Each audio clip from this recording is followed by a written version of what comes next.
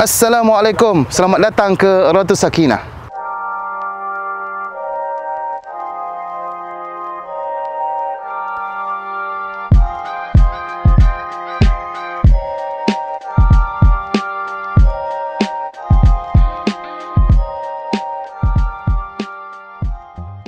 Jadi pada hari ini kita akan sama-sama road tour di Tanah Perkuburan Islam Ratus Sakinah untuk mengenali dan juga mengenal pasti segala kemudahan yang berada di sini. Jom kita ke pejabat. Okey, jadi dalam kompleks pejabat ini kita ada pertama sekali bilik mesyuarat. Okey. Dan sebelah bilik mesyuarat kita ada pejabat pengurusan, dan di seberang pula kita ada ruang pejabat lain dan juga dewan serbaguna dalam kompleks pejabat ini. Okey. Okey. Okey. Okey, jadi di ruang pejabat ini kita ada dua orang kaki tangan daripada Jabatan Agama Islam dan Persekutuan, iaitu saya sendiri sebagai penyelia dan juga Ustaz Nawawi sebagai pembantu penyelia. Di sini kami mengoperasikan pendaftaran jenazah dan juga tempahan kepok pusara lah. Okey, so di sini ialah pejabat pengurusan. Sekarang kita berada di bilik pengurusan jenazah dalam kawasan Ratus Sakinah. Okey, jadi jom ikut saya. Okey, di dalam ini kita ada tempat mandi jenazah, di mana jenazah akan dimandikan di sini. Okey, dan selepas dimandikan di sini, jenazah akan dibawa ke sini untuk dikafankan. Okey, selepas dikafankan terus dibawa ke surau lelaki untuk disolatkan, dan seterusnya akan dibawa ke tanah perkuburan. Okey, so di sini kalau tuan-tuan lihat, kita ada peralatan ataupun kelengkapan untuk pemandi jenazah yang menguruskan ataupun memandikan jenazah dan mengafankan jenazah di sini. Yang pertama kita ada glove sarung tangan. Yang kedua kita ada pelitup muka dan juga kita ada apron. Jadi benda-benda ni adalah perlu sebagai langkah berjaga-jaga kepada pemandi jenazah untuk memandikan jenazah dalam keadaan selamat dan selesa. Okey, sekarang kita berada di surau lelaki Ratus Sakinah, di mana boleh memuatkan dalam sekitar 20 orang kalau tak ada penjarakan. Tapi kalau ada penjarakan, dalam separuh daripada kapasiti lah. Okey, seterusnya kita akan pergi ke kawasan papan kepuk sementara di sini, di mana penggali kubur kita selain menyediakan lubang asas dan lahat di kubur, mereka juga dikehendaki menyediakan ataupun memaku dan memasang papan kepuk sementara, di mana papan kepuk sementara ini akan dipasang di kubur-kubur yang baru, di mana jenazah yang baru dikebumikan akan dipasangkan dengan kepuk seperti ini untuk bagi kemas dan cantik lokasi dan landscape kubur mereka. Okey, di sini seperti mana yang tuan-tuan lihat adalah lot kubur ataupun kawasan petak kubur yang belum digunakan lagi. Tapi kita telah pun menandakan dengan batu-batu lot yang telah ada di sini supaya apabila digunakan nanti, susunan jenazah yang akan dikebumikan di sini akan lebih teratur dan tersusun. Okey, so sekarang kita berada di petak P81. Okey, di mana petak P81 ini adalah petak khas untuk mengebumikan jenazah yang dijangkiti ataupun jenazah COVID-19. Okey, di sini kita ada bahagi dua section, di mana di sini adalah jenazah wanita dan di hujung sana jenazah lelaki. Kita bagi dua. Okey. Jadi di petak ini kalau tuan-tuan lihat kita ada 100 lebih 134 maksimum lot kubur. Jadi boleh memuatkan 134 jenazah di sini. Okey, di sini telah pun dikebumikan seramai 13 jenazah perempuan, yang mana jenazah ini adalah jenazah yang telah dijangkiti dengan COVID-19 ataupun kematian yang diakibatkan oleh COVID-19. Jadi untuk jenazah perempuan kita ada 13 jenazah, dan di lelaki untuk rekod kita dalam 10 jenazah lelaki telah dikebumikan jenazah COVID lelaki di petak khas P81 yang di mana dikhaskan untuk dikebumikan jenazah COVID-19. Sekarang ni kita berada di kawasan kubur, di mana di belakang saya ini adalah petak-petak kubur yang telah digunakan. Okey, di sebelah kanan saya kita ada petak perempuan P94 dan di sebelah kiri saya P97 juga petak perempuan. Di mana kita boleh membezakan kubur perempuan dengan kubur lelaki berdasarkan kepada batu nisan dia.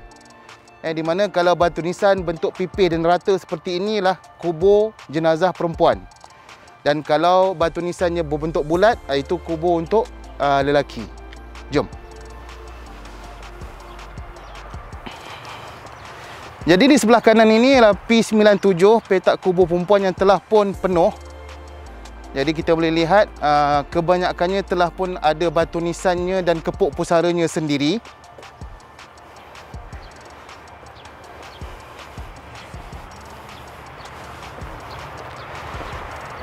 Dan untuk landscape dan juga segala tanaman-tanaman ataupun tumbuhan yang berada di kubur Ratu Sakinah ini telah pun dikawal selia dan dijaga oleh kontraktor pembersihan kita yang dilantik oleh Jawi sendiri. Okey. Di Ratu Sakinah, waris sekiranya ingin membuat batu nisan dan juga kepuk, perlulah berurusan dengan pejabat pentadbiran. Di mana di sini segala batu nisan dan juga kepuk pusara telah pun diseragamkan semuanya agar nampak sama dan tiada beza dan juga nampak lebih cantik dan tersusun. Jadi untuk batu nisan kita di bahagian kepala kita ada nama, arwah, tarikh lahir dan tarikh mati, di mana ada tahun hijrah dan juga tahun Masihi. Dan di bahagian kaki pula kita ada ukirkan nombor lot kubur untuk setiap kubur yang telah dibuat batu nisan.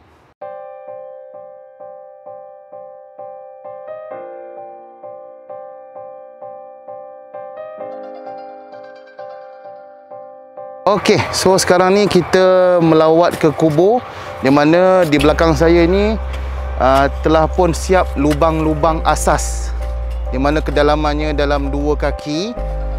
Jadi ini antara kelengkapan yang digunakan oleh penggali kubur kita untuk menyediakan lubang asas dan juga lahat di sini. Yang pertama kita ada cok. Okey. Cok ni digunakan untuk kita buat frame dan juga bagi tanah tu rata lah. Seterusnya skop. Kita ada skop. Dan seterusnya kita ada serampang mata 3 ni untuk memecahkan tanah dan juga batu. Okey.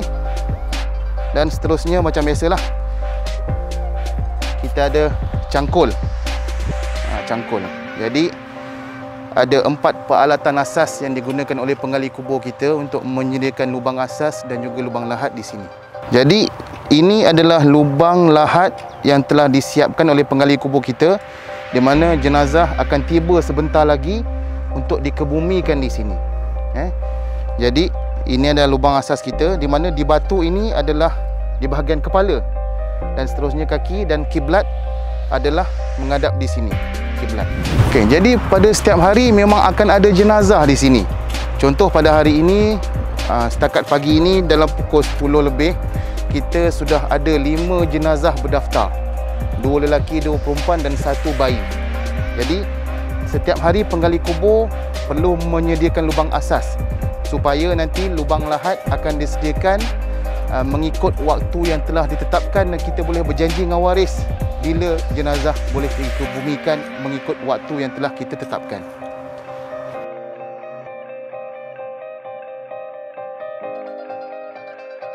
Okey, sekarang kita berada di petak kubur lelaki. Okey, jadi kita boleh lihat di mana batu nisannya berbentuk bulat seperti ini. Dan juga macam tadi juga di kubur perempuan, di bahagian kepala akan ada nama arwah, tarikh lahir, tarikh mati dalam tahun Hijri dan Masihi. Dan di bahagian kaki kita ada nombor lot kubur yang diukir di batu nisan. Okey, sekarang kita berada di petak jenazah ataupun petak kubur warga asing. Di sini di Ratu Sakinah, warga asing yang telah meninggal di mana mungkin bekerja di sini ataupun menetap di Kuala Lumpur, sekiranya meninggal boleh dikebumikan di Raudatus Sakinah. Seterusnya kita pergi ke kemudahan yang berikutnya di sini yang terdapat di Raudatus Sakinah, iaitu rumah kaki tangan Raudatus Sakinah, iaitu ada 2 unit yang diduduki oleh penggali-penggali kubur kita. Di mana penggali kubur yang duduk di sini ialah H11, kaki tangan kerajaan di bawah Jabatan Agama Islam Negeri Persekutuan. Okey, selain daripada petak kubur yang dikatakan baru di sebelah sana, kita juga ada petak kubur lama di sini, di mana di sini kita telah dah penuh. Jadi di sini juga kita ada seperti mana papan tanda ni, fasa 3B dewasa. Dimuatkan di sini jenazah lelaki dan perempuan. Di sini tak tersusun seperti mana di kubur baru. Jadi di sini bercampur antara lelaki dan perempuan lah. Yang penting dia dalam kategori dewasa. So sekarang kita berada di petak baby atau petak bayi P98, di mana di sini jenazah bayi yang gugur dalam kandungan sehinggalah umur 3 tahun boleh dikebumikan di sini. Dan di sini jenazah baby mana-mana kewarganegaraan yang tinggal di KL boleh kebumikan jenazah bayi mereka di sini.